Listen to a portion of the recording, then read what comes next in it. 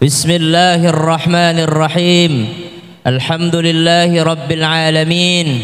الحمد لله الذي خالق الوجود من العدم وجاعل النور من الظلم وملك التوبة على الندم ومخرج الصبر من الألم، فنشكره على المصائب كما نشكره على النعم، فنصلي على رسوله الأكرم سيدي ولد آدم الذي بشر به عيسى بن مريم حين كان يرفع قواعد بيت الله المحرم، فصلى الله عليه وسلم وعلى أتباعه خير الأمم الذين بارك الله بهم كافة الناس العرب منهم والعجم. فالحمد لله الذي أنزل على عبده الكتاب ولم يجعل له عوجا قيما لينذر بأسا شديدا من لدنه ويبشر المؤمنين الذين يعملون الصالحات أن لهم أجرا حسنا. اللهم اجعلنا من الذين آمنوا وعملوا الصالحات وتواصوا بالحق وتواصوا بالصبر. رب اشرح لي صدري ويسر لي أمري واحلل عقدة من لساني يفقه قولي واجعل لي وزيرا من أهلي. آمين آمين آمين يا رب العالمين. السلام عليكم ورحمة الله وبركاته.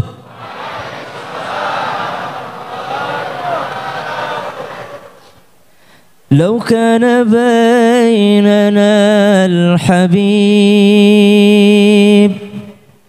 لدنا القاسي والقريب من طيبة قبل المغيب طالبا قرب الحبيب بقربه النفس تطيب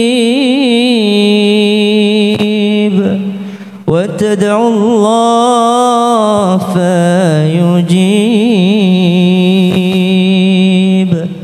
أنوار طه لا تغيب بلغنا لقاه يا مجيب يا حبيبي يا محمد يا طبيبي يا ممجد أنت ذو الفضل المؤيد جل من صلى عليك.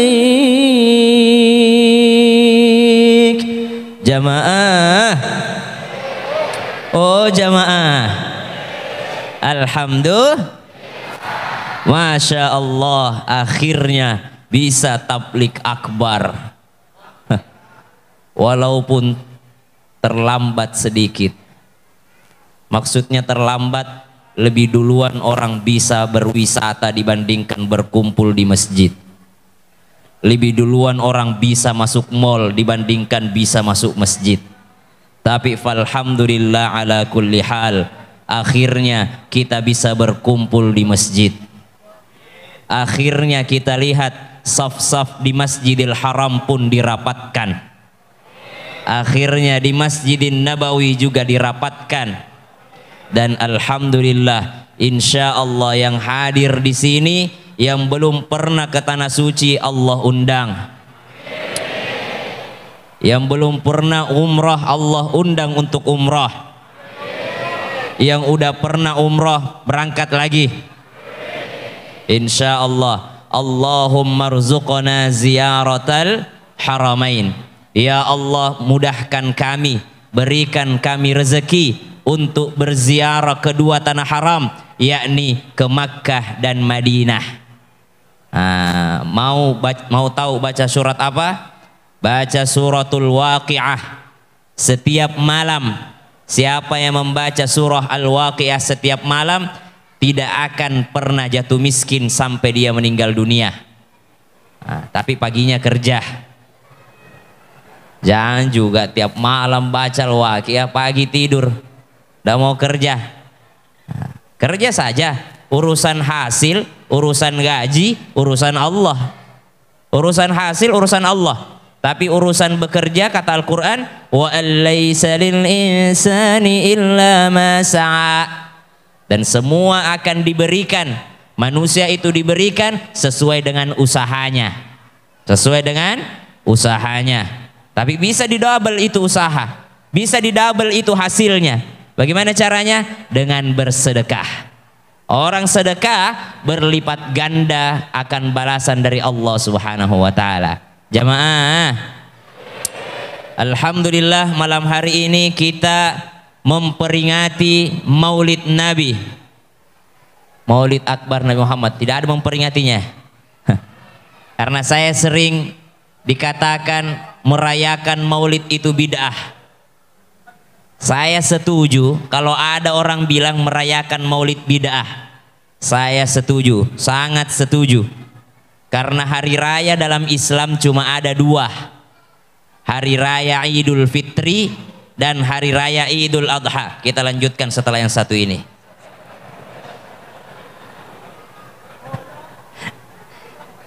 Pintar itu, Masya Allah. Semoga menjadi hafil Al-Quran. Ya, jadi anak-anak lah disuruh itu yang akan menjadi penerus kita. Jangan remehkan anak muda. Saya senang di sini, yang depan ini anak-anak muda. Banyak pengajian itu yang tua-tua di depan. Ya, awalnya saya mau ceramah tentang semangat Nabi. Pas saya lihat jamaahnya tua-tua, terpaksa saya ceramah tentang kematian. Saya mau suruh semangat ke masjid. Yang paling depan tua-tua, nggak usah lah, suruhlah banyak zikir saja. Jamaah, alhamdulillah. Kalau dibilang perayaan Maulid bid'ah, saya setuju. Karena hari raya Islam cuma ada dua. Hari raya Idul Fitri dan hari raya Idul Adha. Tapi kalau dibilang memperingati Maulid Nabi, maka itu beda cerita, bosku. Kalau merayakan, apa bedanya Ustadz? Merayakan dengan memperingati. Kalau hari raya tidak bisa bergeser. Idul Fitri, tanggal berapa Idul Fitri? Tanggal 1 Syawal. Ustadz Syam, tolong khutbah di Masjid Al-Kafah. Khutbah apa? Idul Fitri. Tanggal berapa? 1 Syawal Ustadz. Saya bilang, oh saya ada acara tanggal 1 Syawal. Boleh nggak tanggal 3 aja? Bisa nggak kayak gitu? Nggak bisa. Kenapa? Karena Idul Fitri 1 Syawal. Mesti 1 Syawal. Nggak bisa 3 Syawal, nggak bisa 5 Syawal, nggak bisa 10 Syawal. Nggak bisa. Harus 1 Syawal. Hari raya. Merayakan. Idul Adha tanggal berapa? 10 Dzulhijjah. Boleh nggak kalau digeser Idul Adha jadi 13 Dzulhijjah? Atau 16 Dzulhijjah? Atau 20 Dzulhijjah? Atau di bulan Muharram? Nggak bisa. Karena hari raya. Merayakan. Maka kalau hari raya Islam cuma ada dua. Hari raya Idul Fitri dan hari raya Idul Adha. Apa bedanya dengan peringatan? Peringatan Maulid, bukan perayaan Maulid. Kalau peringatan, mau tanggal 12 Rabiul Awal jadi. Mau Maulid di bulan Muharram jadi. Mau Maulid di bulan Ramadan terserah. Mau Maulid tiap malam terserah. Kalau peringatan, itu bedanya peringatan dengan perayaan. Kalaupun ada yang mengatakan, Ustadz, Maulid itu bid'ah, ya udah ganti aja judulnya, nggak usah Maulid, kajian Sirah Nabawiyah. Kajian Sirah Nabawiyah. Kalau dikasih kajian Sirah Nabawiyah, hadir dia tuh yang bilang Maulid bid'ah, pasti datang. Oh, bukan Maulid, kajian Sirah, padahal sama aja. Cuma beda judulnya aja. Jamaah, tapi saya bangga melihat jamaah yang hadir. Masya Allah, tabarakallah. Apalagi bapak yang pakai kacamata hitam di belakang. Masya Allah, paling ganteng bapak sendiri. Saya khawatir bapak nanti protes. Pulang ke rumahnya cerita sama istrinya, Bu, saya datang di Masjid Al-Kafah. Penceramahnya penceramah nasional, tapi panitia tidak siap. Kenapa? Tidak dinyalakan lampu. Padahal bapak yang salah. Jamaah, jangan marah ya Pak ya. Kita foto sebentar. Pak, foto. Foto berdua kita. Sini.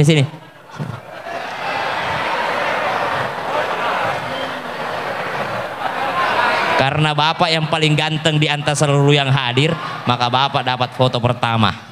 Foto kan? Kasih HP-nya. Kasih HP-nya, kita foto berdua. Nah.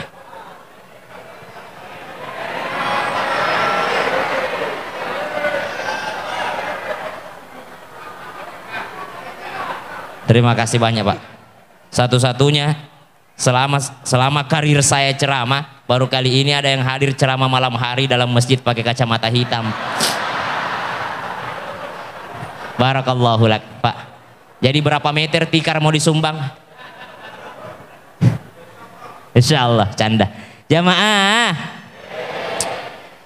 mencintai Rasulullah Sallallahu Alaihi Wasallam. Masya Allah, malam hari ini banyak maulid diadakan di mana-mana. Bagaimana kita mencintai Rasulullah? Saya tidak usah ceritakan bagaimana kelahirannya Nabi. Semua insya Allah tahu. Anak SD SMP tadi pagi di sini juga. 12 Rabiul Awal pada tahun gajah Nabi lahir. Ya. Sekarang bagaimana kita mencintai Rasulullah Sallallahu Alaihi Wasallam?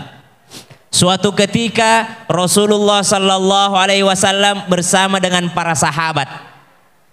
Kata Rasulullah Sallallahu Alaihi Wasallam, dia angkat tangannya. Siapa mau ambil 5 nasihatku? Nabi begini, siapa mau ambil 5 nasihatku? Ada yang fokus, ada yang tidak fokus. Pada saat Nabi seperti begini, saya bilang begini, besok saya mau umroh, siapa mau ikut? Ada yang bilang, oh saya. Mungkin ada di antara jamaah yang mau bilang begini, ada juga, tadi apa sih? Emang tadi ngomong apa sih? Mungkin seperti itu. Ada yang fokus, ada yang bilang saya, ada juga yang bilang, tadi ustadznya ngomong apa sih? Tadi emang diajak ngapain sih? Pada saat Nabi mengangkat tangannya, saya ingin memberikan nasihat kepada kalian, wahai para sahabatku, siapa yang mau mengambilnya? Siapa yang mau mengambilnya?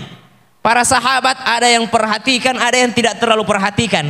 Ternyata yang pertama angkat tangan dan berdiri adalah Sayyidina Abu Hurairah radhiyallahu an. Orang yang paling banyak meriwayatkan hadis. Sayyidina Abu Hurairah yang paling dekat dengan Rasulullah. Dan memang paling hebat Abu Hurairah itu. Abu Hurairah itu pernah masuk masjid begini Pak. Dia masuk masjid lewat. Belok kanan. Bingung. Balik lagi. Bingung. Didekati sama sahabat. Ya Abu Hurairah. Abu Hurairah, ngapain kau ke situ? Mau masuk masjid aja repot. Kok bolak-balik? Apa yang membuatmu kebingungan? Apa jawaban Abu Hurairah? Saya sedang mengingat-ingat di mana tapak kakinya dulu Rasulullah.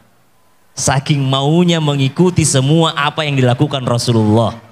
Karena apa yang dilakukan Rasulullah itu selamanya akan jadi sunnah. Contoh, di antara kita ada perbedaan kunut dan tidak kunut. Nah, kata mazhab yang lain, kan Rasul tidak selamanya kunut. Kata mazhab Syafi'i, walaupun tidak selalu kunut, sekali dilakukan Nabi akan jadi sunnah selama-lamanya. Contoh Senin Kamis, Nabi selamanya Senin Kamis? Tidak. Kadang juga Nabi tidak puasa Senin Kamis, tapi sekali dilakukan Nabi maka menjadi sunnah selama-lamanya untuk umatnya.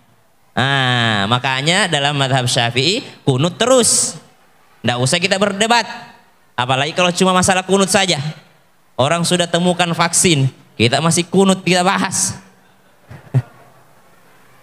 Orang sudah temukan vaksin, kita masih kunut kita bahas. Jangankan kunut Pak, qomat aja berbeda-beda qomat. Ada yang pakai 17 kalimat seperti Syafi'i. Allahu Akbar, Allahu Akbar, Ashhadu an la ilaha illallah. Abu Hanifah seperti azan, dua-dua semua.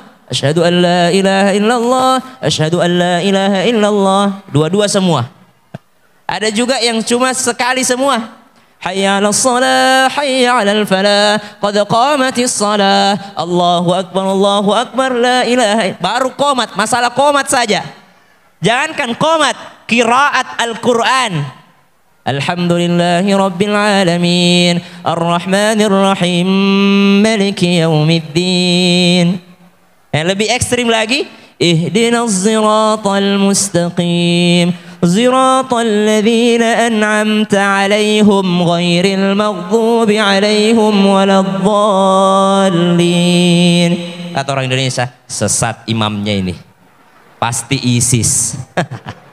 Padahal itu salah satu riwayat. Jangankan masalah kunut, masalah maulid, masalah bid'ah, qiraat saja orang beda-beda. Semuanya sampai kepada baginda Nabi SAW. Nah, Abu Hurairah saking cintanya sama Nabi, semua dicari sama Abu Hurairah. Bingung masuk masjid. Kenapa kok bingung Abu Hurairah? Saya cari di mana ya dulu tapak kakinya Nabi. Di mana bekas tapak kakinya Nabi masuk masjid? Bahkan Abu Hurairah kalau mau berangkat umroh dari Madinah ke Makkah, di mana Nabi transit, di mana Nabi buang hajat, mampir, maka Abu Hurairah cari tempat mampirnya Nabi, di situ juga dia buang hajat. Kan tidak ada toilet pada saat itu. Orang cuma minggir ke padang pasir.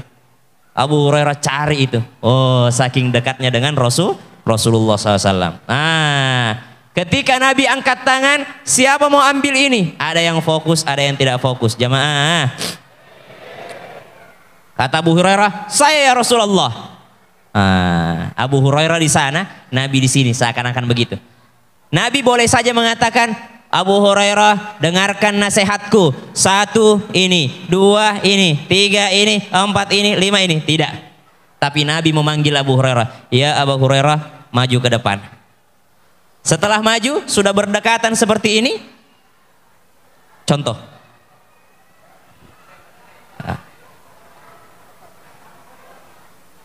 Sudah berdekatan dengan Rasulullah SAW.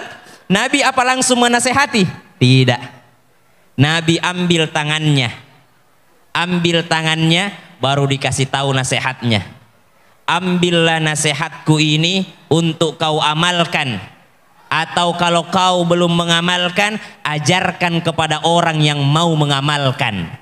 Apa maksudnya? Inilah bukti suatu ilmu. Ilmu itu kalau kita mau membuktikan kita sudah dapat ilmu atau belum, apakah kita sudah mengamalkan? Kalaupun belum kita amalkan, apakah kita sudah mengajarkan? Jadi kalau ada ilmu Pak, share ulang. Kalau kita dapat ilmu, bagikan ulang. Dapat pengajian di masjid, pulang sampaikan kepada anak-anak, sampaikan kepada pasangan, sampaikan kepada orang tua. Nah, itu baru ilmu. Ilmu itu disampaikan. Ada maksud apa Bapak naik ke sini?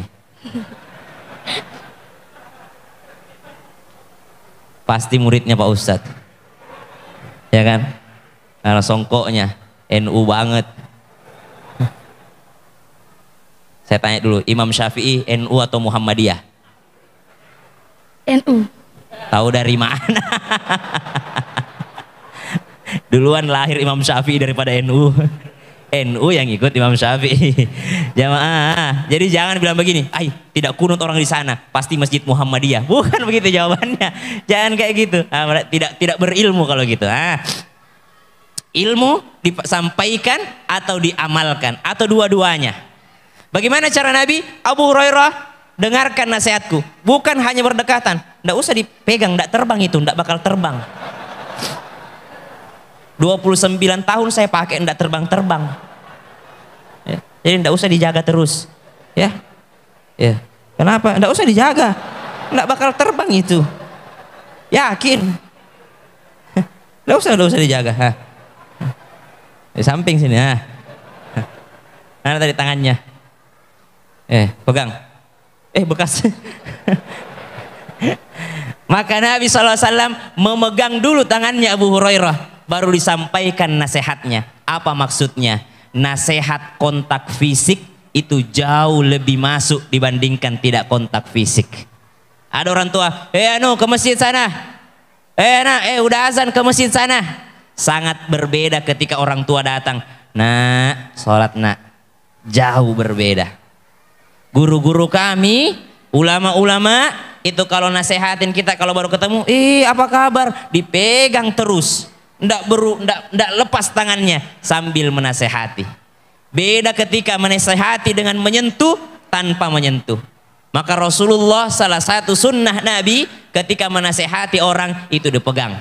Bagaimana Rasulullah? mendoakan Sayyidina Hamzah, Allahumma tsabbit, Allahumma tsabbit, ya Allah kuatkan keimanannya, dipegang pakai kontak fisik. Mendoakan Sayyidina Umar, didoakan dipegang. Doakan sahabatnya, Allahumma faqihhu fid din wa 'allimhu ta'wil, dipegang, ada kontak fisik. Nah, kalau mau ambil satu sunnah Rasulullah ketika mengajarkan anak-anak, ibu, bu, saya itu lebih senang sapa ibu-ibu kalau lagi pengajian, karena ibu-ibu itu makhluk yang unik. Ya bu ya, Masya Allah, tabarakallah. Dipegang anaknya kalau dinasehati, disentuh, disayang. Rasulullah pakai kontak fisik kalau menasehati orang. Makan sama anak muda, ya gulam, wahai anak muda. Ada anak muda makan sama Nabi, enggak terbang itu, ya Allah ya Rabbi. Saya bilang enggak bakal terbang, enggak usah dijaga. Nabi makan sama anak muda, Rasulullah SAW, itu anak muda, ada makanan di dekatnya yang jauh diambil. Ada makanan di dekatnya yang jauh diambilnya. Maka apa kata Rasulullah? Ya gulam, wahai anak muda ganteng, kalau mau makan samillah, bismillah. Setelah itu makan pakai tangan kanan. Baru setelah itu ambil yang paling dekat. Padahal Nabi cuma mau ngomong, jangan jauh-jauh tanganmu, ambil yang paling dekat. Tapi Nabi tidak langsung ke situ. Nabi mula-mula tidak mau bikin orang tersinggung. Baca bismillah dulu nak, makan dengan tangan kanan, ambil yang dekat denganmu. Padahal poinnya, jangan kau tanganmu ke sana, ambil yang paling dekat. Tapi dimulai dengan bismillah dulu. Rasul akhlaknya, padahal kepada anak muda. Begitulah Rasul berdakwah. Banyak sekarang kita ada orang salah, astagfirullahaladzim, bu ya, astagfirullahaladzim, pak, kenapa belum mau sholat? Langsung sakit hatinya orang. Pelan-pelan dakwah daripada baginda Nabi Sallallahu Alaihi Wasallam. Maka disentuhlah Abu Hurairah. Masih kuat tidak? Masih pak. Masa? Kalau tidak kuat ngomong ya. Masih kuat berdiri? Masih? Sampai saya selesai ceramah. Kenapa tidak kuat? Kenapa? Gak apa-apa temani saya berdiri ceramah sini. Gak apa-apa ya. Nanti amplopnya bagi 2. Tak jadi deh dua-duanya. Sini. Nabi memegang tangannya sebagai apa? Sebagai kontak fisik sebelum menasehatinya. Apa isi nasihat Rasulullah Sallallahu Alaihi Wasallam? Silahkan duduk. Isi nasihat Rasulullah SAW yang pertama, ingatlah, takutlah kepada al-maharim, takutlah terhadap sesuatu yang dilarang oleh Allah Subhanahu wa taala, maka engkau akan menjadi seorang ahli ibadah. Ibadan nas. Apa kata Nabi? Takutlah akan bermaksiat, maka engkau menjadi seorang ahli ibadah. Kok agak aneh gitu kalimatnya gitu ya. Harusnya Nabi bilang begini, rajin-rajinlah tahajud, maka engkau akan jadi ahli ibadah. Atau bilang begini, rajin-rajinlah sholat duha, maka engkau akan dicap sebagai ahli ibadah. Enggak. Nabi bilang begini, jauhi maksiat, maka engkau akan dicap sebagai ahli ibadah. Maka engkau akan menjadi seorang ahli ibadah. Alih-alih mengatakan tahajudlah, engkau akan ahli ibadah. Enggak. Atau sedekahlah, engkau akan menjadi ahli ibadah. Tidak. Atau berhajilah, maka engkau menjadi ahli ibadah. Tidak. Tapi Nabi mengatakan jauhi maksiat, maka engkau akan menjadi seorang ahli ibadah. Apa maksudnya? Ternyata jamaah, oh jamaah, lanjut. Ini belum mulai ceramah saya ini, baru prolog aja. Apa maksudnya? Jauhi maksiat, maka engkau menjadi seorang ahli ibadah. Kita carilah riwayat yang lain. Tidak ada satupun riwayat sepengetahuan saya yang mengatakan tahajudlah engkau akan menjadi ahli ibadah. Tidak. Nabi bilang jauhi maksiat, maka engkau menjadi ahli ibadah. ternyata menjauhi maksiat itu jauh lebih susah dibandingkan mengerjakan sholat, mengerjakan ibadah, taat kepada Allah. Lebih susah untuk menjauhi maksiat. Mana buktinya? Banyak yang kuat puasa Senin Kamis, tapi kuat juga bergosip. Banyak yang kuat bangun tahajud, tapi ternyata juga makan riba. Banyak yang kuat untuk datang ke masjid, tapi ternyata juga zalim sama tetangganya. Banyak yang rajin baca Quran, tapi tiap hari nyakitin perasaan orang tuanya. Ternyata menjauhi maksiat itu jauh lebih sulit dibandingkan mengerjakan ibadah. Maka kata Nabi Sallallahu Alaihi Wasallam, yang pertama, jauhi maksiat. Takutlah akan maksiat, takutlah akan apa yang dilarang oleh Allah, maka engkau menjadi seorang ahli ibadah. Banyak santri masuk pesantren, tapi pulang-pulang dia remehkan orang tuanya, dia sakiti perasaan orang tuanya. Dia sakiti perasaan orang tuanya. Banyak orang rajin puasa Senin Kamis, tapi ternyata auratnya kemana-mana. Banyak rajin tahajud. Ustadz, kenapa ya hidup saya tidak berubah-berubah? Padahal saya sholat duha, saya sholat tahajud. Ternyata yang nanya tidak pakai jilbab. Ternyata yang nanya tidak pakai jilbab. Ustadz yang ditanya langsung tahu jawabannya. Bukan masalah engkau tahajud, engkau duha, tapi engkau masih melawan Allah Subhanahu wa Ta'ala. Kenapa? Masih melakukan yang diharamkan oleh Allah Subhanahu wa Ta'ala. Bukan tentang seberapa banyak sholatmu, bukan tentang seberapa banyak puasamu, seberapa banyak sedekahmu. Subhanallah, bikers subuhan, masih subuh udah naik motor, udah bikers setiap subuh, tapi menjalankan maksiat, maka belum bisa dicap sebagai ahli ibadah. Tapi itu bukan di Batam. Di Batam insya Allah biker subuhannya taat semua insya Allah. Nggak usah amin, lakukan saja. Bukan doa ini, harapan. Jamaah. Maka jauhi maksiat, maka engkau akan menjadi seorang ahli ibadah. Susah menjauhi maksiat.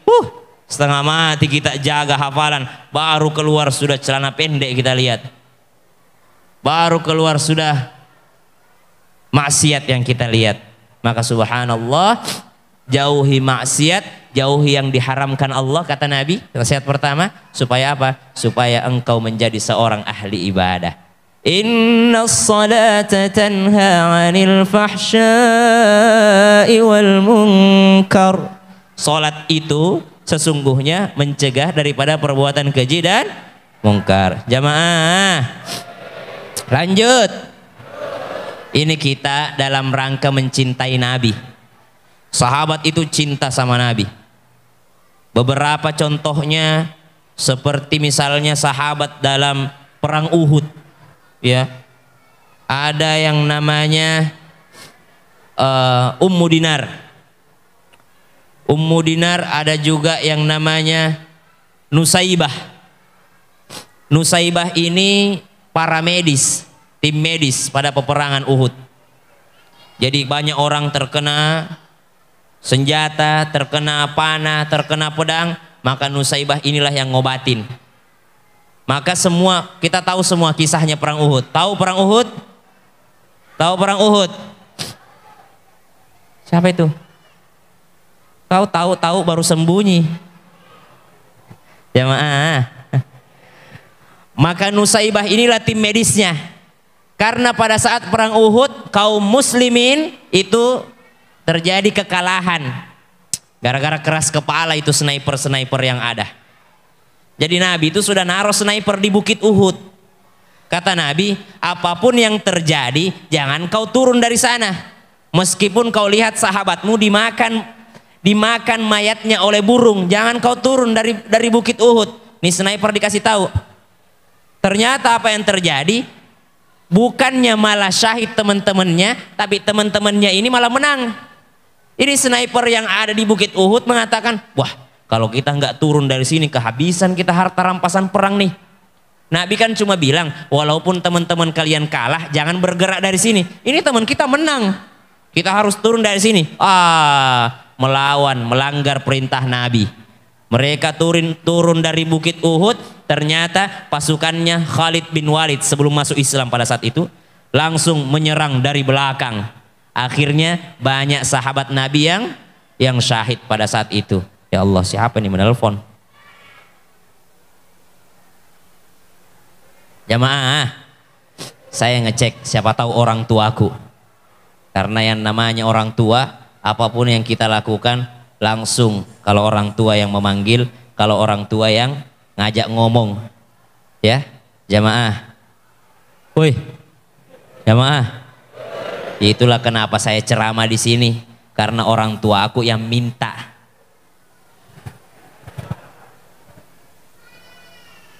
Assalamualaikum. Halo. Halo. Salam. Ya. Ceramah Kak, sudah dulu nah. Assalamualaikum. Jamaah. Kata bapakku, ini pesannya bapakku. Kalau ada orang menelpon, tidak ada namanya, justru itu yang diangkat. Karena siapa tahu emergensi, penting. Masuk akal sih, tapi nyusahin juga kalau kayak saya. Setiap orang tidak kenal diangkat. Rata-rata menawarkan asuransi. Paling susah itu ditolak itu. Jamaah. Maka Nusaibah pada saat itu banyak yang terkena luka-luka. Nusaibah mencari Rasulullah sallallahu alaihi wasallam. Terlihat baginda Nabi sallallahu alaihi wasallam sedang diserang. Maka Nusaibah maju paling depan, perempuan sahabiah. Maju paling depan, Nusaibah terkena tangannya, putus tangannya. Putus tangannya Nusaibah. Anaknya Nusaibah ada di situ pada saat itu. Ummi, ibu. Hati siapa yang tidak terluka melihat ibunya disiksa? Anaknya mengatakan, ibu. Apa kata ibunya? Jangan kau pedulikan saya, lindungi Rasulullah. Jangan kau pedulikan saya, lindungi Rasulullah sallallahu alaihi wasallam. Subhanallah. Seorang wanita. Ada lagi seorang perempuan, karena banyak perempuan yang hadir. Namanya sahabiah. Kalau perempuan sahabiah. Kita lanjutkan setelah dia pulang dari toilet.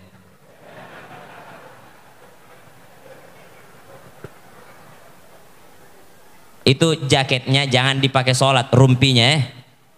Kalau ada tulisan di belakang, ini Baikar Subuhan, ada tulisan di belakang, jangan dipakai sholat, lipat dulu. Karena itu kita kalau sholat, apalagi imamnya panjang bacaannya, itu kita menghayal. Apalagi Pak Ustadz baca wal fajri atau panjang bacaannya imam, itu yang di belakang yang tidak hafal, tidak lain dan tidak bukan karena sudah selesai Al-Fatihahnya, mau ikut bacaan imam tidak hafal, terpaksa apa yang dia baca? Dia baca semua tulisan yang ada di depannya. Baikar Subuhan, sahabat hijrah, semangat hijrah. Habis bajunya, apalagi kalau kau pakai baju alumni. La ilaha illallah. Baca semua situ. Yanto, Yeni, angkatan 95. Baca semua namanya orang. Kenapa? Karena ada tulisannya. Habis tulisan, apalagi yang kita cari? Sarungnya orang kita baca semua. Wadimor, gajah duduk, gajah bengkak, gajah tidur. Dibaca tuh gangguan syaitan itu orang kalau orang lagi sholat itu. Makanya gimana caranya? Baca ta'awudz ya. Sayyidina Utsman pernah nanya, ya Rasulullah, saya ini kalau sholat ini banyak was-was, banyak pikiran.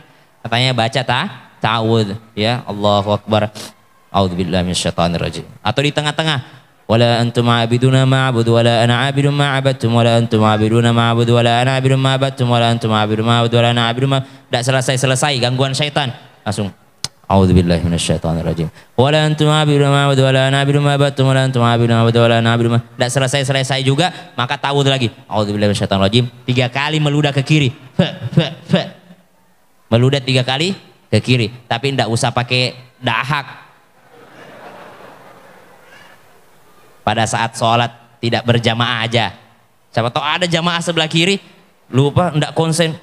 A'udzubillahi minasyaitonirrajim. Lari orang di sampingmu. Jamaah. Nah, itu. Atau baca surah An-Nas sebelum sholat. Atau ada doanya, Rabbi a'udzubika min hamazatis syayatin wa a'udzubika Rabbi ay yahdurun. Jamaah. Ada namanya Ummu Dinar. Setelah terdengar peperangan Uhud nih banyak yang syahid, banyak yang meninggal dunia, maka perempuan-perempuan yang keluarganya berangkat peperangan di Madinah, itu mereka nungguin kabar. Mereka berdiri semua di jalan, nungguin kabar. Gimana bapakku, gimana saudaraku, gimana suamiku, gimana anakku. Ada salah satunya di situ namanya Ummu Dinar, seorang sahabiah. Maka Ummu Dinar ini berdiri di sana nungguin. Karena anaknya pergi berperang, suaminya pergi berperang, saudaranya pergi berperang, orang tuanya ikut berperang, keluarganya ikut berperang. Maka satu persatu sahabat pulang dari peperangan yang selamat. Maka semua lewat, akhirnya ada yang mendekati Ummu Dinar. Isbir ya Ummu Dinar, sabar, sabar wahai Ummu Dinar, suamimu syahid. Langsung dia berdoa, ya Allah, berikanlah rezeki syahid terhadap suamiku. Bagaimana dengan Rasulullah? Bagaimana dengan Rasulullah? Datang lagi sahabat yang lain, datang lagi kepada Ummu Dinar. Isbir nafsak, sabar wahai Ummu Dinar, anakmu syahid. Kata Ummu Dinar, ya Allah, berikanlah rezeki syahid terhadap anakku ya Allah. Bagaimana dengan Rasulullah? Ya nanya, bagaimana dengan Rasulullah? Dah air matanya keluar. Datang lagi sahabat, wahai Ummu Dinar, anakmu yang kedua juga syahid. Ya Allah, berikanlah rezeki syahid terhadap anakku yang kedua itu ya Allah. Bagaimana dengan Rasulullah? Bagaimana dengan Rasulullah?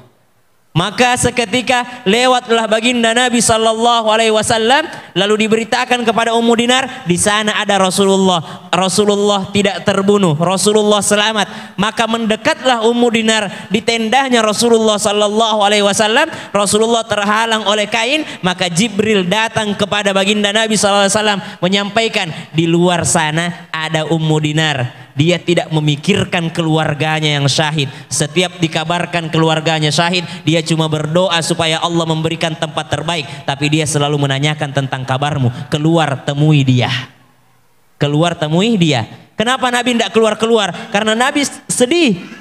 Omnya, pamannya meninggal, para hafiz Al-Quran syahid semua, banyak sekali yang syahid sahabat pada saat itu. Maka Nabi SAW mengeluarkan kepalanya lalu memperlihatkan. Kata Ummu Dinar, engkaukah itu ya Rasulullah? Ya Rasulullah, engkaukah itu ya Rasulullah? Kata sahabat, kenapa engkau tidak sedih? Anakmu meninggal, anakmu syahid, suamimu syahid, saudaramu syahid. Apa kata Ummu Dinar? Setelah melihat Rasulullah, tidak ada rasanya musibahku yang lain. Tidak ada apa-apanya musibahku yang lain jikalau itu adalah tidak menimpa Rasulullah. Tapi kalau Rasulullah yang tertimpa, maka itu adalah musibah besar bagiku. Maka pada saat itu Rasulullah langsung tersenyum. Dalam keadaan sedih, Nabi langsung tersenyum. Kenapa? Karena ternyata dilihat satu hiburan untuk baginda Nabi SAW. Ada seorang sahabiah, ada seorang wanita yang sangat mencintai Rasulullah SAW, melebihi keluarganya, melebihi anak-anaknya. Jamaah, itu adalah seorang yang sangat Itu adalah seorang yang sangat mencintai baginda Nabi SAW. Bagaimana cinta kita kepada Rasulullah sallallahu alaihi wasallam? Kata Nabi, Habibu habibi habibi. Kekasihnya kekasihku adalah kekasihku. Kita lanjutkan setelah lap ingus.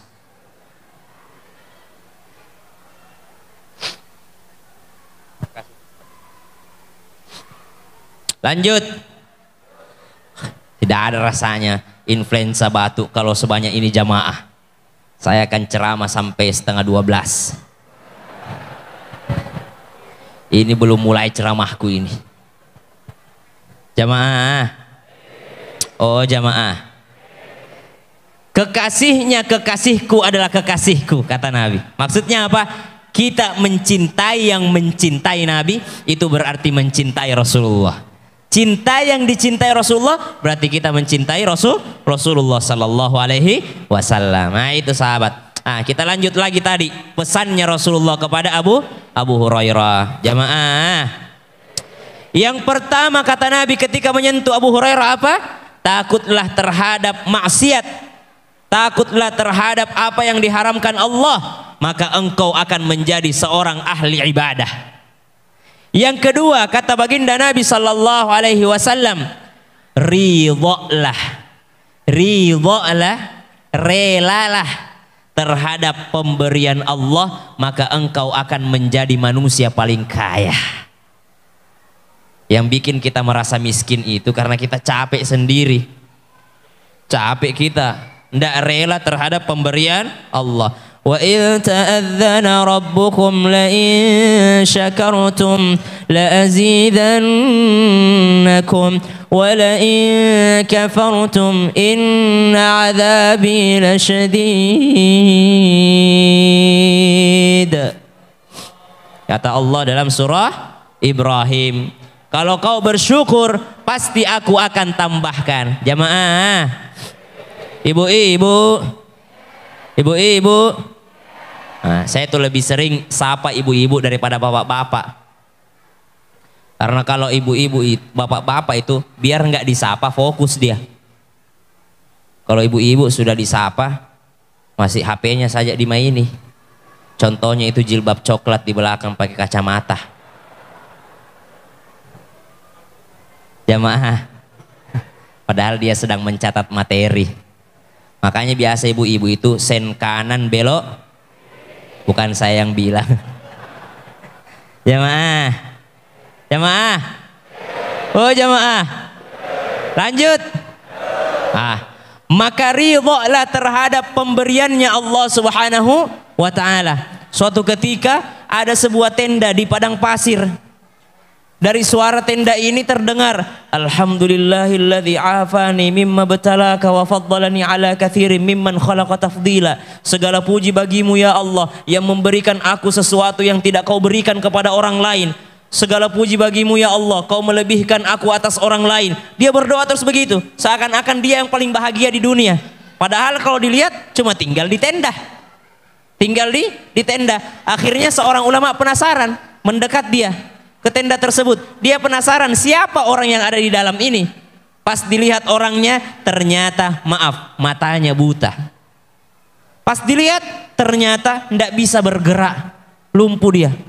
Mulutnya berbicara, alhamdulillahilladzi afani mimma btalaka wa faddalani ala katsirin mimman khalaqa tafdila. Segala puji bagimu ya Allah yang membuatku lebih baik daripada orang lain, memberikanku lebih banyak daripada kepada orang lain. Subhanallah. Penasaran orang ini, apa yang Allah berikan kepadamu? Tidak bisa melihat, udah miskin, tidak bisa bergerak, tidak punya apa-apa. Dia bertanya, apa sebenarnya yang Allah berikan kepadamu? Apa kata dia?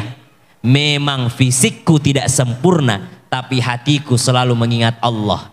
Di luar sana banyak yang aku kalahkan karena fisiknya sempurna, tapi hatinya melupakan Allah. Berarti saya jauh lebih baik daripada mereka. Karena mereka fisiknya sempurna, hatinya tidak ingat Allah. Saya fisikku tidak sempurna, tapi Allah mengizinkan hatiku untuk selalu mengingatnya. Allahu Akbar. Ridha terhadap apa yang diberikan Allah. Jamaah, termasuk kalau kita mau sedekah harta, uang itu kalau kita mau keluarkan nih, kalau kita mau sedekah, uang itu bakal ngomong. Dia ngomong begini uang tersebut. Harta, al-mal yang kita keluarkan, dia akan mengucapkan beberapa kalimat. Yang pertama, uang itu akan ngomong begini. Dahulu aku sedikit, hari ini kau membuatku berlipat ganda. Kalau kita keluarkan uang itu akan berbicara.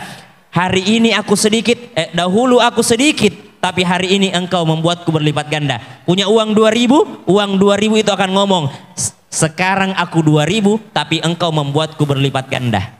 Kenapa? Allah katakan dalam Al-Quran, Mathalul ladzina yunfiquna amwalahum fi sabilillah كمثل حبة أنبتت 7 سنابل في كل سنبلة 100 حبة والله يضاعف لمن يشاء والله واسع عليم. Dilipat gandakan sama Allah Subhanahu wa taala apa yang kita keluarkan. Jamaah. Jadi kalau misalnya jamaah nyumbang 1 meter saja, 1 meter saja karpet di masjid ini, Allah lipat gandakan menjadi 700 meter. Allahu Akbar. 1 meter. Berapa 1 meter ini, Ustaz? 1 juta. Berapa yang hadir di sini? 10.000 saja satu orang ini. Yang 10.000 terlalu sedikit. Masa mau masuk surga 10.000? Masuk bioskop saja berapa? Nah, mau masuk surga 10.000. Tapi Allah itu asy-syakur, ya. Allah itu asy-syakur. Apa itu asy-syakur? Maha berterima kasih, maha membalas kebaikan. Allah itu berterima kasih kepada kita. Pernah dengar kisah seorang perempuan ahli maksiat? Perempuan ahli maksiat pulang bermaksiat, ada anjing kehausan, dia ambil sepatunya, dikasih minum anjing tersebut, Allah tetapkan dia jadi ahli surga. Padahal kebaikannya cuma 1, kasih minum anjing. Allah maha berterima kasih, Allah maha bersyukur. Kasih minum anjing dapat surga, apalagi karpet. Saya tidak bantu panitia, saya tidak dipesan, tidak ada panitia ngomong ke saya, Ustadz tolong lelang karpet, tidak ada. Ada yang ngomong ke saya? Tidak ada kan? Tidak ada sama sekali yang ngomong ke saya. Tapi saya lihat aneh karpetnya. Kok cuma 3 saf? Padahal jamaahnya banyak. Saya sholat subuh di sini jamaah sampai 6 saf, 7 saf. Banyak jamaahnya Al-Kafah ini. Kalau mau nyumbang masjid, cari masjid yang banyak jamaahnya. Cari juga masjid yang saldonya selalu sedikit. Berarti dipakai saldonya. Daripada ada masjid saldonya dipamer banyak, tapi saldo doang. Nggak tahu kemana uangnya. Nggak ada perubahan masjidnya. Saya ke Al-Kafah, 2 kali saya ke Al-Kafah, udah ada perubahan. Ada rubah karpet lagi. Tambah dingin juga. Subhanallah, cari masjid yang begitu. Sumbang. Karpet, saya 1 meter. Saya 1/2 meter saja, nggak apa-apa. Saya 1/10 meter saja. Dari 100.000, nggak apa-apa. Maka itu akan menjadi pahala jariah. Allah maha berterima kasih kalau kita memberikan di jalan Allah. Yang pertama, uang itu akan ngomong. Karpet ini akan ngomong. Dahulu aku adalah sedikit, namun hari ini engkau membuatku berlipat ganda. Itu kalau kita keluarkan uang kita itu. Mathalul ladzina yunfiquna amwalahum fi sabilillah kamathali habbah. Tapi jamaah, yang namanya sedekah itu bukan hanya prasyarat. Kalau sholat kan cuma prasyarat tuh. Apa prasyaratnya sholat? Harus suci dari najis, suci dari hadas, harus berwudu, ya. Bagi yang hadas besar harus mandi, baru bisa diterima sholatnya. Kalau tidak ada syarat-syarat itu tidak bisa diterima sholatnya. Kalau sedekah itu pasca syarat, setelahnya ada syaratnya, ya. La yutbi'una ma anfaqu mannan wala adha. Kalau engkau bersedekah, jangan mengikutkan setelahnya manna wala adha, menyebut-nyebut pemberianmu, menyebut-nyebut pemberianmu. Itu Al-Kafah itu saya yang kasih karpetnya dulu itu. Ada cerita begini. Ini kisah nyata ini. Ada seorang donatur. Ini donatur nih nyumbang marmer. Saking takutnya ria, dia ndak mau sholat di situ. Dia kasih marmer, dia pindah. Dia izin, boleh nggak saya ikut sholat sama Ustadz? Kenapa ndak mau sholat situ? Gini Ustadz, saya habis nyumbang sebenarnya, tapi saya ragu. Jangan sampai saya sholat di situ, diumumkan nama saya bangga. Jadi saya sangat menghindarinya. Jadi dia habis nyumbang marmer, dia pindah sholatnya, ndak mau sholat situ, ndak mau dengarkan namanya diumumkan. Nah, akhirnya dia pindah sholatnya. Perjalanan pulang, terlihat gelisah hatinya. Apa katanya? Benar-benar itu ya, gangguan syaitan itu kalau kita bersedekah ya. Saya memang tidak sholat di situ, tapi hatiku selalu bertanya, udah diumumkan belum ya nama aku? Udah diumumkan belum ya nama aku? Nah, maka subhanallah, namanya menyumbang, namanya kita mengeluarkan, itu pasti ada godaan syaitan. Tapi itu dilawan, latihan, dilawan. Orang nyumbang pakai nama, jangan langsung bilang dia ria. Tangan kanan memberi, tangan kiri selfie. Tangan kanan memberi, tangan kiri selfie. Belum tentu dia ria.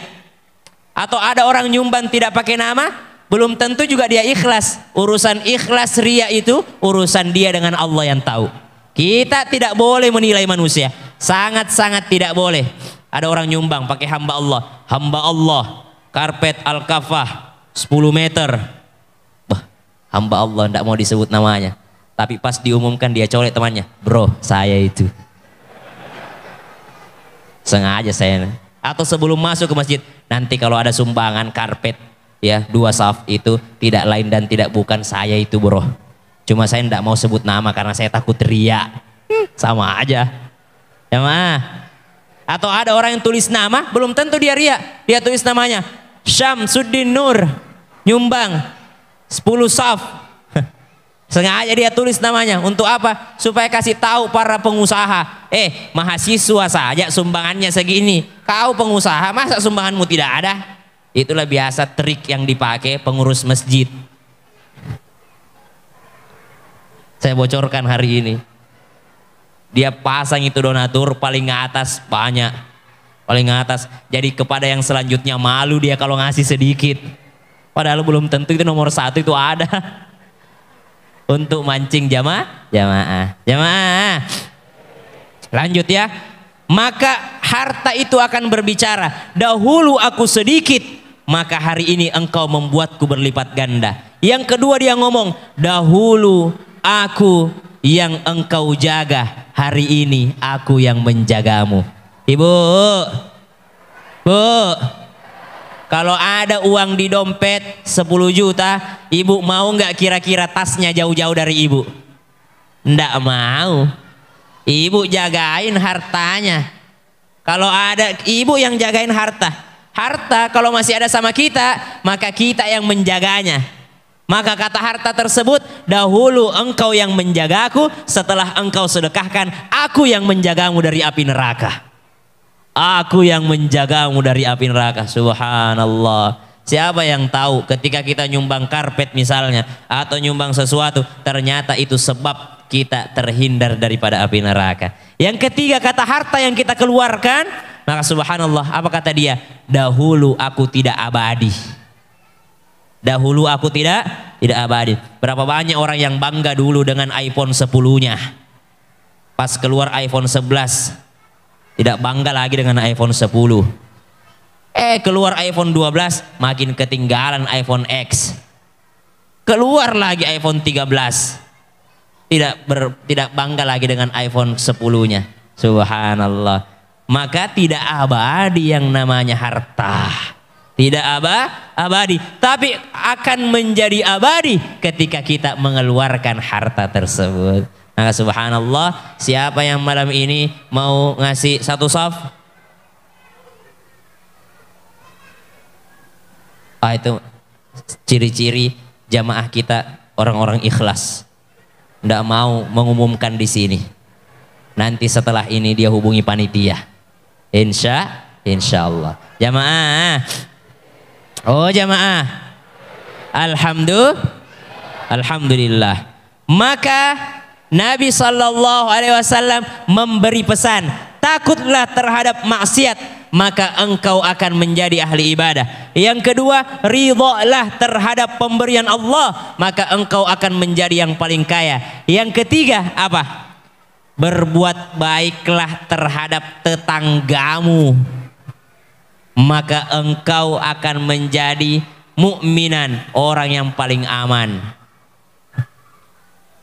Bu, ibu, oh ibu, tetanggaku di sini, saya anggap tetanggaku di sini, karena ada rumahnya mertuaku di sini. Mertuaku tinggal di Bogor, tidak pernah ketakutan ikan cupangnya kelaparan, karena baik tetangganya. Tidak pernah ketakutan mertuaku burungnya itu kelaparan, karena baik tetangganya.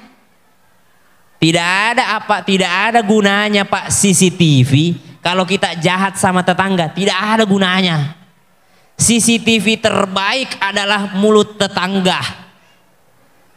Saya kasih tahu, CCTV terbaik daripada Bapak mahal-mahal sewa security, beli CCTV sisi kanan sisi kiri, lebih baik Bapak beli nasi padang bagi kiri kanan depan belakang tetangga, aman rumah. Makanya kata ulama, membeli rumah itu aljar qoblad dar, beli tetangga dulu baru beli perumahan. Dulu waktu perluasan kota Makkah, ini kisah nyata. Jadi Masjidil Haram itu mau diluaskan, ya. Masjidil Haram mau diluaskan. Jadi orang-orang disuruh pindah. Ada rumah-rumah warga di situ. Orang-orang disuruh pindah. Kenapa? Mau diperluas Masjidil Haram. Maka silakan pindah. Masjidil Haram mau diluaskan. Silakan pindah Masjidil Haram. Dikasih rumah gratis, disuruh pindah. Nggak ada yang mau pindah. Kenapa? Nggak ada yang mau jauh dari Masjidil Haram. Akhirnya berpikir, gimana caranya supaya mereka pindah ya? Gimana caranya? Akhirnya di dekat Arafah, itu daerah tidak ada bangunan di sana. Tiba-tiba di dekat Arafah dibangun rumah. Rumah siapa dibangun di situ? Dibangun rumahnya Sudais, dibangun rumahnya Suraim, dibangun rumahnya Mahir Al-Muaqli, dibangun rumahnya Abdullah Iwad Al-Juhni, dibangun rumahnya Syekh-Syekh kota Makkah, imam-imam besar. Lalu ditulis pelangnya, dijual rumah bertetangga dengan imam Masjidil Haram. Langsung rame di situ, pindah semua. Subhanallah. Maka al-jar qabla dar. Imam Ibrahim bin Adham, tetangganya mau jual rumah, lagi butuh duit, jual rumah. Dia jual rumah, ndak laku-laku. Akhirnya Ibrahim bin Adham tanya, kenapa? Saya jual rumah kesulitan, nggak laku-laku. Ibrahim bin Adham cuma tulis di bawahnya, dijual rumah bertetangga dengan Ibrahim bin Adham. Ditulis di bawahnya, dijual rumah bertetangga dengan Ibrahim bin Adham. Langsung laku. Datang orang lagi, udah laku rumahmu? Udah. Rumah sebelah dijual nggak? Dia nanya rumah sebelah, dijual nggak rumahnya? Enggak, saya beli dengan harga tinggi, misal harganya 100 juta, saya beli dengan 500 juta. Enggak, saya mau jual 2 miliar. Kenapa mahal sekali? Memang rumahku harganya 100 juta, tapi tetanggaku harganya 2 miliar. Ibrahim bin Adham, seorang sufi, seorang ulama hebat. Subhanallah. Maka al-jar qabla dar. Perbaiki hubungan dengan tetanggamu, maka subhanallah engkau akan menjadi orang yang paling merasa aman. Kata baginda Nabi SAW. Bahkan Nabi katakan, fal yukrim jarah, muliakan tetangga. Kenapa disuruh muliakan tetangga? Karena tidak semua tetangga baik. Kenapa ini posisinya nih tetangga hebat banget nih, sampai disebut dalam nasihat yang hebat, 5 nasihat yang hebat, tetangga pun masuk di dalamnya. Kenapa tetangga masuk? Karena tidak semua tetangga baik. Jadi butuh keimanan kepada Allah Subhanahu wa Ta'ala. Kenapa saya baik sama tetangga walaupun tetangga saya rese? Karena Allah yang suruh, karena Nabi yang suruh. Jadi tetangga yang rese itu ladang pahala. Kalau tetangga baik, tidak butuh hadis, tidak butuh ayat, pasti kita baik juga sama dia. Tapi kadangkala ada juga tetangga yang tidak baik. Jamaah. Oh jamaah, Alhamdulillah. Maka yang pertama, jauhi maksiat, maka engkau akan menjadi seorang ahli ibadah. Yang kedua, maka engkau ridha terhadap apa yang diberikan Allah, maka engkau akan menjadi manusia paling kaya. Yang ketiga, perbaiki hubunganmu dengan tetangga. Ahsin, perbaiki, muliakan tetanggamu. Subhanallah. Maka engkau akan menjadi manusia yang paling merasa aman. Yang keempat, kata baginda Nabi SAW, cintailah saudaramu, saudara sesama muslim, maka engkau akan menjadi orang yang paling selamat. Ada satu hadis begini, la yu'minu ahadukum hatta yuhibba li akhihi kama yuhibbu li nafsihi. Tidaklah sempurna iman seseorang sebelum dia mencintai saudaranya seperti dia mencintai dirinya sendiri. Apa maksudnya? Hilangkan iri dengki. Tetangga beli mobil baru, kita bahagia. Alhamdulillah bisa nebeng. Tetangga beli sesuatu, kita bahagia. Jangan terbalik, jamaah. Jamaah. Jangan iri dengki. Tetangga beli AC, dia yang kedinginan. Tetangga beli water heater, dia yang kepanasan.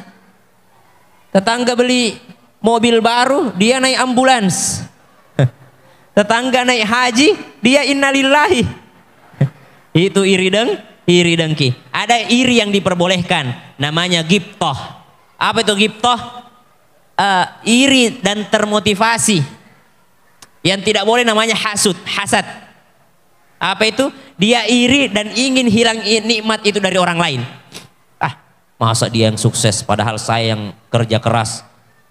Tidak pantas dia jadi orang. Itu iri yang tidak boleh. Tapi kalau ghibthah, suksesnya dia, gimana ya caranya? Dia nanya. Subhanallah. Maka iri yang diperbolehkan, ghibthah. Tanya, dekati. Ternyata Ibu Liza, bagaimana ya caranya Ibu Liza dapat menantu begitu? Dia nanya sama Ibu Liza. Kenal Ibu Liza enggak? Kenal Ibu Liza enggak? Mertua aku itu di belakang. Nah, tetangganya Bu Liza, jangan iri yang jelek, hasut. Cantikan anakku daripada anaknya, masa anaknya bisa dapat? Enggak.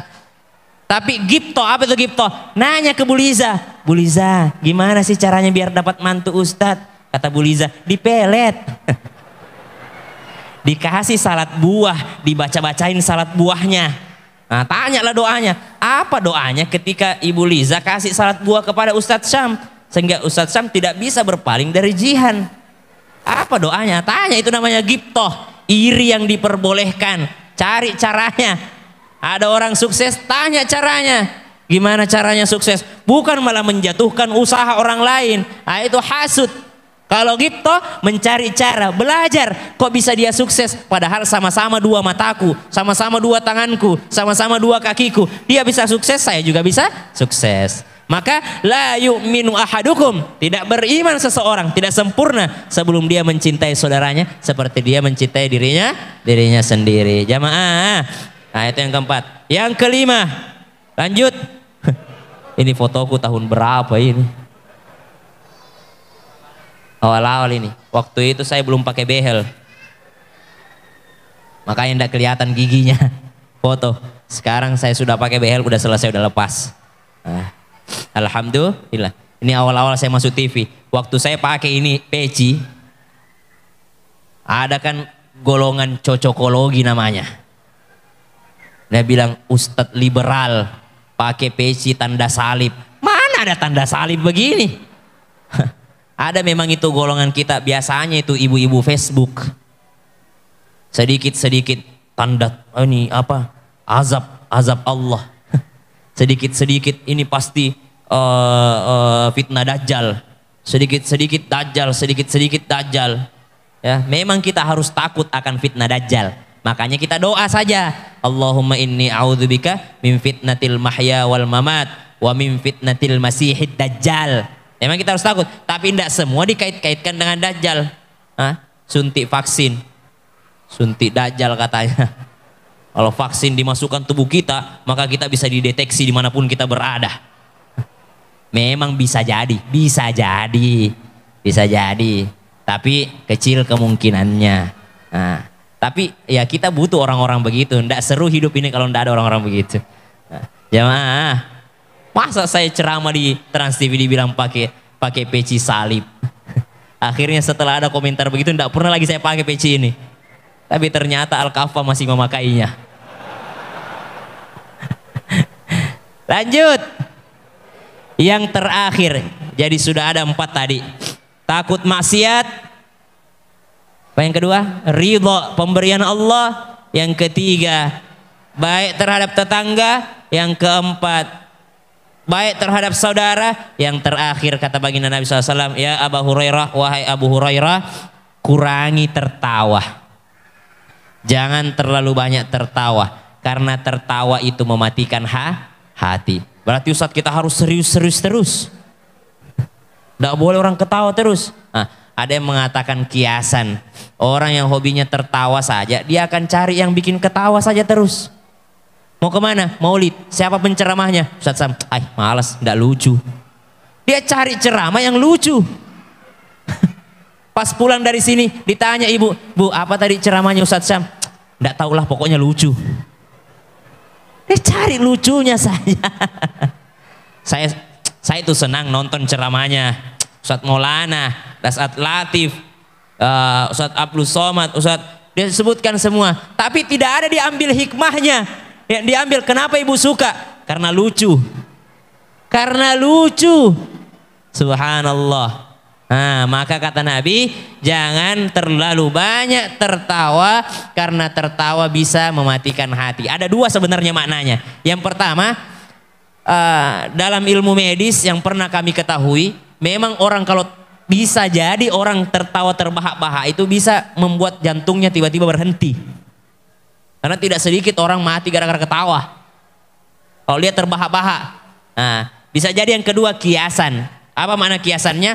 Orang yang terlalu banyak tertawa maka sering membuat dia lupa mengingat Allah Subhanahu wa Ta'ala. Bukan berarti kita disuruh menangis terus, enggak. Hiburan boleh, tertawa boleh, ya. Karena sahabat Nabi juga ada yang lucu-lucu.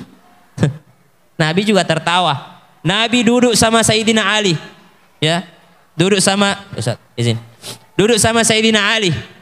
Ketika Nabi makan kurma, Nabi sama Sayyidina Ali. Makan juga Sayyidina Ali. Sayyidina Ali iseng. Setiap dia makan kurma, dia pindahin bijinya. Makan kurma, dipindahin bijinya. Makan kurma, pindahin bijinya. Akhirnya sudah selesai. Nabi enggak merhatiin. Akhirnya selesai, kata Sayyidina Ali, tunggu dulu, jangan ada yang berdiri. Kita hitung dulu siapa yang paling banyak makannya hari ini. Dia padahal dia sudah kasih pindah biji kurma ke tempat Nabi. Kata Rasulullah, bagaimana caranya kita tahu? Kata Sayyidina Ali, kita hitung saja berapa biji kurma yang ada di depannya. Dia isengin Nabi, dia kerjain Nabi, dia prank Nabi. Makanya kata Nabi SAW, oh baiklah kita hitung. Kata Sayyidina Ali karramallahu wajhah, ya radhiyallahu anhu warda. Siapa yang paling banyak biji kurmanya? Ternyata yang paling banyak biji kurmanya engkau ya Rasulullah. Apa jawaban Rasulullah SAW? Tidak kalah cerdas Rasulullah. Kata Rasulullah SAW, tunggu dulu. Yang paling banyak makannya hari ini bukan saya. Yang paling banyak adalah engkau. Kata Ali, apa saya? Orang saya tidak ada. Itulah saking rakusnya engkau, bijinya juga kau makan. Saya masih untung, saya sisakan bijinya. Kau sebiji-bijinya yang dimakan. Waduh, coba lihat. Rasulullah juga tertawa. Bahkan Rasulullah pernah tertawa sepanjang tahun gara-gara seorang sahabat namanya Nuaiman. Nuaiman itu iseng sekali. Nuaiman itu bersama dengan Sayyidina Abu Bakar. Sayyidina Abu Bakar mau pergi berdagang ke Syam, izin sama Rasulullah. Ya Rasulullah, saya izin bawa sahabat. Siapa aja yang kau bawa? Saya bawa ini. Untuk apa dia? Untuk jagain barang. Siapa lagi? Saya bawa ini. Untuk apa dia? Untuk bantu saya jualan. Siapa lagi? Saya bawa ini. Untuk siapa? Penunjuk jalan ya Rasulullah. Siapa lagi yang kau bawa? Saya bawa Nuaiman ya Rasulullah. Kata Rasulullah, ngapain kau bawa Nuaiman? Tidak ada gunanya Nuaiman itu. Tidak ada gunanya Nuaiman. Kata Sayyidina Abu Bakar, lumayanlah buat hiburan daripada bosen di jalan, ya kan. Akhirnya berjalanlah bersama dengan Sayyidina Nuaiman. Sampai di peristirahatan tempat berjualan yang pertama, Nuaiman nih nanya kepada Sayyidina Abu Bakar, wahai Abu Bakar, kau sudah bagi tugas. Ada yang kau suruh ke pasar, ada yang kau suruh jaga makanan, ada yang kau suruh ini. Saya tugasku apa? Kata Nuaiman dengan bangganya. Kata Sayyidina Abu Bakar, tidak ada kau tugasmu, terserah kau mau ngapain aja. Tidak ada tugasmu, terserah mau ngapain aja lah, terserah. Karena Sayyidina Abu Bakar tahu, nih orang kalau dikasih tugas pasti tidak becus. Cuma jadi hiburan aja dia ikut. Akhirnya apa yang terjadi? Berangkatlah Sayyidina Abu Bakar berdagang. Nuaiman main. Setelah main, lapar dia. Pulang ke tenda. Salah seorang sahabat menjaga makanan. Maka katanya, bagilah makananmu sedikit tuh. Lapar kita nih. Iya, udah lapar dari tadi keliling-keliling aku. Morning bakery belum buka pula. Jangan lapar, aku bagilah makanan nih. Kata sahabat, saya tidak akan berikan kepadamu. Kenapa? Karena Sayyidina Abu Bakar berpesan kita makan bersama. Kata Nuaiman, benar kau tidak mau kasih aku makan. Benar, saya amanah, saya menjaga. Tidak boleh, kita harus makan bersama. Apa jawaban Nuaiman? Oh, jaga-jaga kau ya, aku balas nanti kau tidak ngasih aku makan. Maka berangkat Nuaiman cari akal dia, gimana caranya supaya saya bisa makan. Jalanlah ke pasar, tujuannya cari makan. Ketika di pasar dia lihat ada budak yang dijual. Dia nanya, berapa harganya budak nih bos? Ah, ambillah 500 dirham. Ini, 600 dirham. Ini 700 dirham. Wah, mahal-mahal budak di sini ya, kata Nuaiman. Kok bisa? Wah, saya punya budak sana 50 dirham saja. Di mana? Ada di tenda saya budak saya tuh. Kok bisa 50 dirham harganya? Kok murah kali? Kata Nuaiman. Ya begitulah, ada sedikit kekurangannya. Apa kekurangannya? Kata penjual budak tadi. Kekurangannya itu dia selalu merasa diri bahwa dia bukan budak. Padahal dia budak saya. Cuma kadang-kadang kambuh penyakitnya, dia merasa bahwa dia tuan saya. Dia merasa bahwa dia bukan budak, dia merasa orang merdeka, padahal dia budak saya. Oh, kata yang mau beli, enggak apa-apa. Yang penting 50 dirham kan? Iya, murah. Udah kita ceklah. Datang ke sana. Ditangkaplah sahabat tadi ini sama yang mau beli budak tadi. Mana budaknya? Nah, ini dia nih, budak saya nih. Ditangkaplah, diikat. Berteriak nih sahabat, saya bukan budak. Mana ada saya budak? Saya ini penjaga makanan. Saya ini orang merdeka. Apa jawaban yang beli tadi? Udahlah, saya udah tahu penyakitmu. Kau ini adalah budak yang selalu mengaku orang merdeka. Ditangkap budak ini, Sayyidina Abu Bakar pulang, di mana sahabatmu Nuaiman? Katanya, sudah kujual tadi, wahai Abu Bakar. Kenapa kau jual? Dia nggak mau kasih saya makanan. Kisah ini sampai kepada baginda Nabi SAW. Rasulullah tertawa. Bahkan dikatakan sepanjang tahun setiap ada yang datang kepada Rasulullah diceritakan kisah ini. Setiap ada yang datang ke Rasulullah diceritakan kisah ini, diceritakan kisah ini. Kenapa? Karena ya memang santai aja hidup Rasulullah itu. Bukan berarti kita tidak boleh tertawa. Santai aja hidup di masa Nabi santai, ya. Jamaah. Ya. Nuaiman itu parah memang. Tapi mau gimana? Sahabat marah tapi dia cinta Allah. Jadi hobinya mabuk. Habis mabuk datang, ya Rasulullah, saya habis mabuk, cambuk saya. Pulang lagi, ya Rasulullah, saya habis mabuk, cambuk saya. Pulang lagi, kata sahabat yang lain, kurang ajar ini Nuaiman nih, mempermainkan Rasulullah. Mudah-mudahan la'anallahu wa rasulah Nuaiman, Allah melaknat Nuaiman, Allah dan Rasulullah melaknat Nuaiman. Kata sahabat yang lain, apa kata Rasulullah? Jangan kau katakan begitu, justru Allah dan Rasulnya mencintai Nuaiman. Kenapa Nuaiman dicintai? Setiap peperangan dia ikut. Dia mencintai Rasulullah, sangat mencintai Rasulullah. Bahkan setelah Rasulullah meninggal dunia, wafat, Nuaiman tuh duduk di depan makamnya Rasulullah. Dia ingat-ingat dulu Rasulullah lewat sini, nangis dia. Dia Rasulullah bersama saya, nangis Nuaiman. Tiba-tiba pas dia ingat-ingat Rasulullah, ada orang buta lewat, mondar-mandir. Orang buta lewat, mondar-mandir. Nuaiman terganggu. Saya lagi khusyuk ingat Rasulullah, mau lewat-lewat depan saya. Ditangkap orang buta ini sama Nuaiman. Dia tanya, kenapa bapak mondar-mandir? Apa katanya orang buta ini? Saya dari tadi cari toilet. Saya mau buang air. Oh, toilet, kata Nuaiman. Oh ya udah kalau gitu sini saya antar. Diantarlah dia. Dibawa masuk ke dalam masjid dekat mimbar.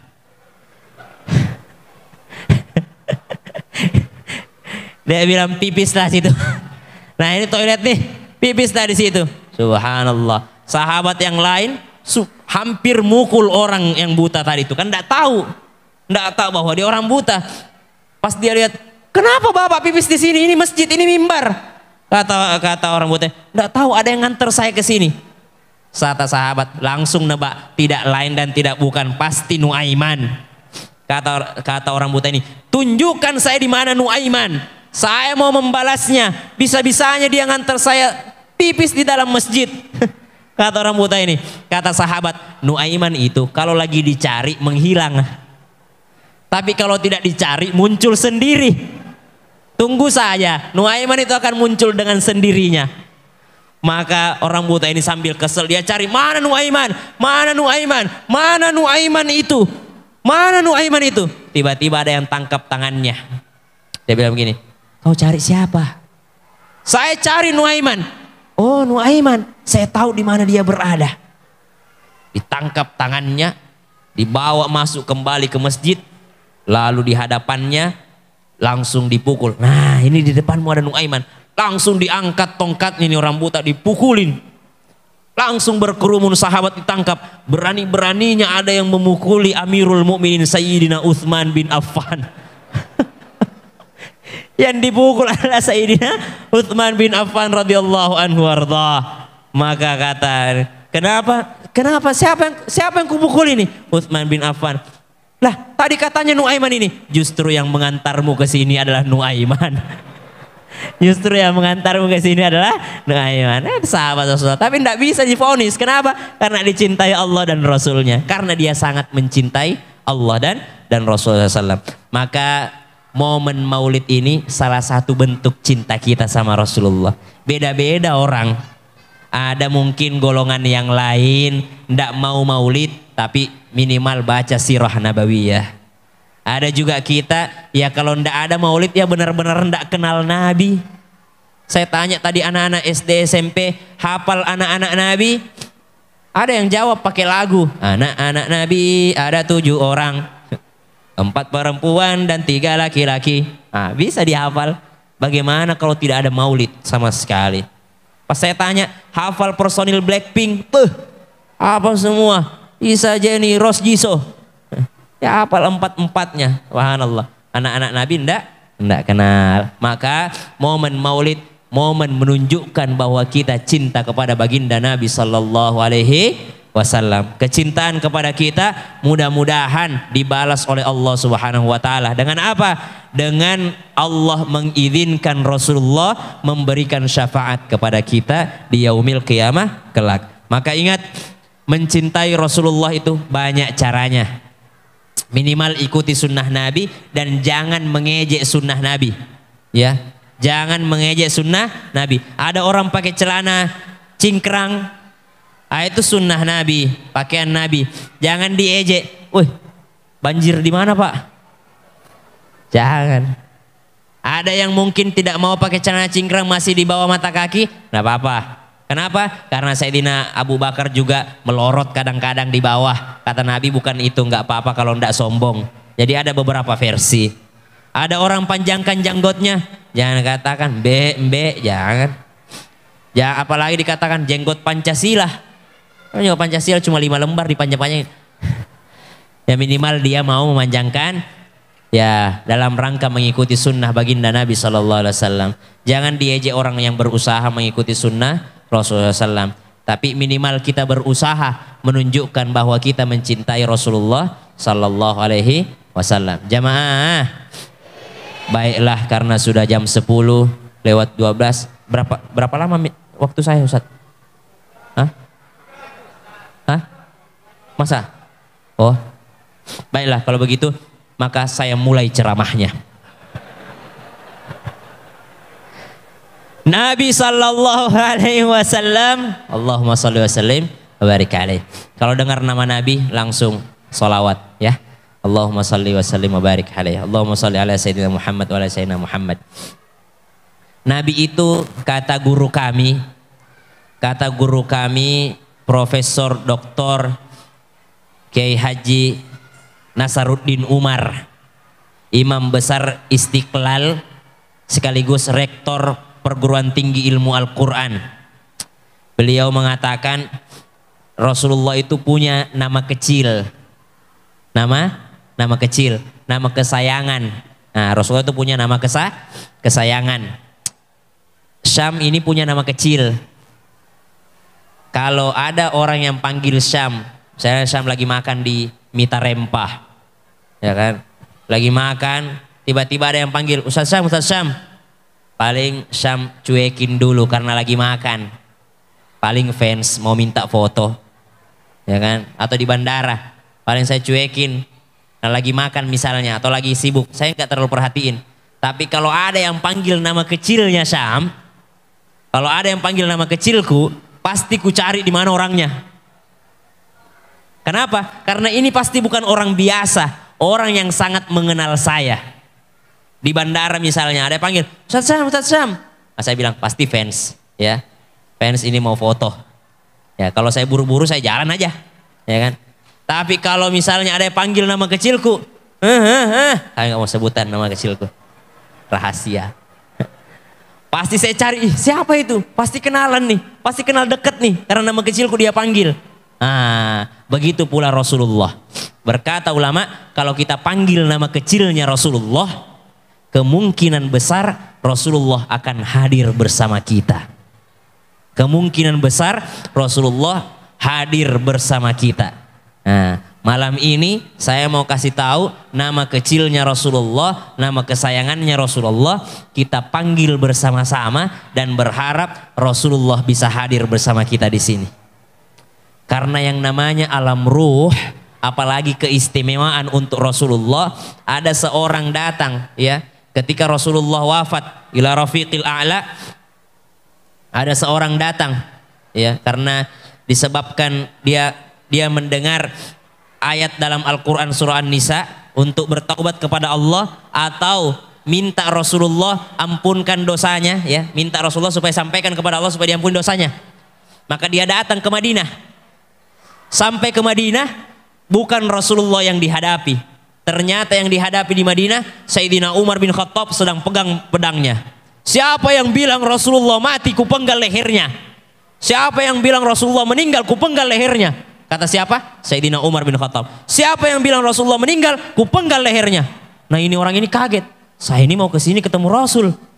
Tiba-tiba saya ketemu Umar bin Khattab, begini gayanya. Dia tanya, mana Rasulullah? Ternyata Rasulullah sudah meninggal dunia. Maka orang ini berlinang air mata. Bagaimana Allah akan mengampuni dosa saya? Bagaimana Allah akan mengampuni dosa saya? Sedangkan Rasulullah sudah meninggal dunia. Padahal saya mau minta kepada Rasulullah supaya Allah mengampunkan dosa saya. Rasulullah sudah meninggal dunia. Maka Rasulullah pun 3 hari dikuburkan. Ya, dikuburkan Rasulullah SAW. Orang ini tidak mau pulang ke kampungnya. Dia selalu menangis di samping makamnya Rasulullah SAW. Maka pada akhirnya sahabat yang menjaga makam Rasulullah bermimpi bertemu dengan Rasulullah. Kata Rasulullah, suruh anak muda itu pulang karena Allah sudah mengampuni dosanya. Artinya apa? Rasulullah masih bisa hadir bersama kita. Bahkan Rasulullah mengatakan, kalau ada yang bermimpi melihatku di dalam mimpinya, pastikan itu adalah saya, karena tidak bisa jin menyerupai saya. Rasulullah masih bisa berkomunikasi dengan kita. Nah, siapa nama kecilnya Rasulullah? Nanti insya Allah kalau saya diundang lagi, karena udah habis waktunya tadi. Nama kecilnya Rasulullah, 1, Toha. Yang kedua, nantilah pas Isra Mi'raj atau apa saya diundang lagi. Yasin. Ada Toha, ada Yasin. Itulah kenapa biasanya kita kalau sholawatan berdiri, karena kita sedang menyambut Rasulullah. Salatullah, salamullah ala Taha Rasulillah. Salatullah, salamullah ala Yasin Habibillah. Saya kasih tahu sedikit. Salatullah, salamullah. Salam, jangan salatullah, salamullah, salah. Salatullah, salamullah. Yang pertama pakai sad, yang kedua pakai sin. Salatu salamu, salatu salamu. Jangan salatullah salamullah, salah. Salatullah salamullah. Jadi orang berdiri pada saat sholawat itu, maka seakan-akan dia sedang memanggil Rasulullah dan rasakan kehadiran Rasulullah bersama dengan kita di sini. Semuanya berdiri, kita undang Rasulullah hadir di sini. Rasakan hati kita memanggil baginda Nabi sallallahu alaihi wasallam.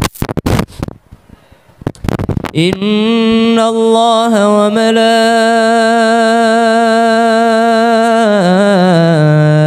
malaikatahu yusalluna ala nabi. Ya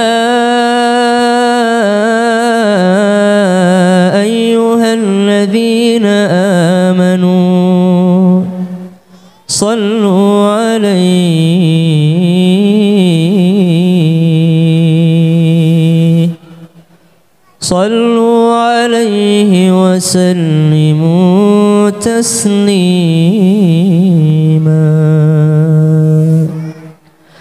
صلاة الله سلام الله على طه رسول الله. صلاة الله سلام الله على ياسين حبيب الله. صلاة الله سلام الله يا رسول الله على طه رسول الله. صلاة الله سلام الله على ياسين Habibillah. Sekali lagi benar-benar rasakan kehadiran Rasulullah sallallahu alaihi wasallam. Ya Rasulullah, kami yakin Engkau diperlihatkan oleh Allah apa yang kami lakukan malam hari ini. Kami memanggil namamu, kami mencintaimu ya Rasulullah. Kami berharap Engkau mengingat wajah kami di padang mahsyar kelak, sehingga Engkau sudi memberikan syafaat kepada kami. Ya Rasulullah, memang kami tak sebaik sahabat-sahabatmu dalam mencintaimu, dalam berkorban untukmu, dan kami belum bisa membalas cintamu kepada kami ya Rasulullah. Maka ya Rasulullah, malam hari ini sebagai bukti cinta kami mengajarkan kepada anak-anak kami, pasangan kami, bahwa kami memiliki junjungan sepertimu. Kami akan mengajari anak-anak kami supaya menjadikanmu seorang idola, dan hanya Engkau yang mampu memberikan syafaat kepada kami di hari kiamat kelak. Kami tidak mampu mengandalkan amal ibadah kami ya Rasulullah untuk masuk ke surga, namun kami sangat bisa dan yakin mampu mengandalkan cinta kami kepadamu untuk bisa membersamaimu di dalam Jannatul Firdaus. Salatullah salamullah ya Rasulullah, pandanglah kami ala taha Rasulillah. Ya Rasulullah, kami rindu. Salatullah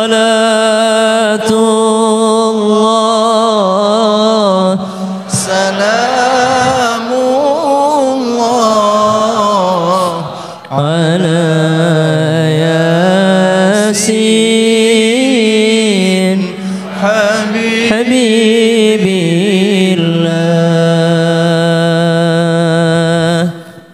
Ya Allah, ya Rahmanu, ya Rahim, sampaikan kepada kekasihmu bahwa kami begitu mencintaimu. Ya Allah, ya Rahmanu, ya Rahim, sampaikan kepada kekasihmu Rasulullah bahwa kami sangat merindukannya. Ya Rasulullah, sampaikan kepada Allah bahwa kami benar-benar menginginkan untuk bersamamu di Jannatul Firdaus. Ya Allah, pandanglah kami yang hadir di sini. Di antara kami di sini ada yang datang membawa dosa-dosanya. Jangan Engkau biarkan ia keluar dari sini sebelum Engkau ampuni dosanya. Ya Allah, di antara kami di sini ada yang datang membawa penyakitnya. Jangan Engkau biarkan ia keluar dari sini sebelum Engkau sembuhkan penyakitnya. Ya Allah, di antara kami di sini ada yang datang membawa segala hajatnya. Jangan biarkan dia kecewa. Kabulkan segala hajatnya ya Allah. Ya Allah ya Rahmanu ya Rahim. Di antara kami di sini ada yang belum punya keturunan, maka berikanlah keturunan yang saleh dan salehah. Ya Allah ya Rahmanu ya Rahim. Di antara kami di sini ada yang sangat berharap supaya bisa ke Masjidil Haram, maka undanglah kami untuk berziarah ke Makkah dan Madinah. Ya Allah ya Rahmanu ya Rahim. Sebagaimana kami di sini membuktikan cinta kami kepada Rasulullah, maka kumpulkan kami kembali di Jannatul Firdaus bersama dengan kasih-Mu Rasulullah sallallahu alaihi wasallam. Ya Allah ya Rahmanu ya Rahim. Panjangkan umur kami, umur kedua orang tua kami. Jikalau sakit sembuhkan ya Allah.